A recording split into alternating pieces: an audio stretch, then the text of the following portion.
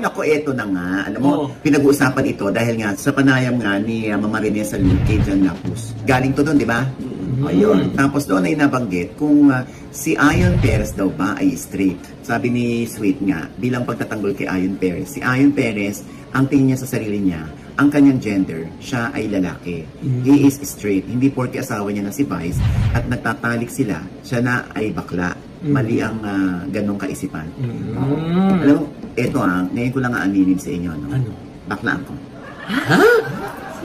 Weh! Yung mga anak mo, di ba? O, hindi na nga, wag na, nagiging issue sa inyo. Nagpapanggap lang po ako. Okay sa inyo? Okay. Parang si ano yan sa Aura Brigade. Oh. Ang tingin niya sa sarili niya ay babae. Hindi naman daw niya sinabi na babae siya.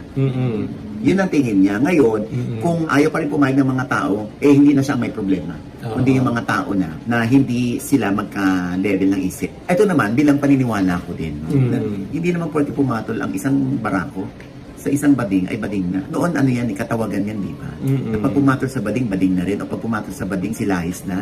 Yun yung mga pangontra sa mga nag-iisip na bading na ang isang street kapag napasubo sa napasubo. Hindi, napasubo lang ako ng Ano ba yan? Ano yung subo? Hindi nagkaroon ng relasyon sa bading o nagkaroon ng pingkian. Ay! Dahil iisa-isahin ko ba kung sino yung mga aktor na mga sumikat ngayon na pumatol sa bading o ginawang stepping stone ng bading para sa kanilang pangarap na makapag-artista at sumikat. Ay, sino? Kaya hindi tayo magbabanggit ng pangalan, Lloyd. Nangyayari din yun dahil lasing sila. Pero, tingnan mo naman yan. Hindi ko naman sila maisip na, hindi naman to bading kasi pumatol sa bading to. Kasi naging jowa nito bading eh. Kasi isang taga-industriya naging jowa nito bading. Ganon. Hindi. Kasi mga ano pa rin, mga barako pa din, mga totknackers pa rin. Ha? Mga totknackers pa rin sila na mga ano, di ba? Parang ikaw, kita mo, bading ka, tapos pumatol ka sa girl.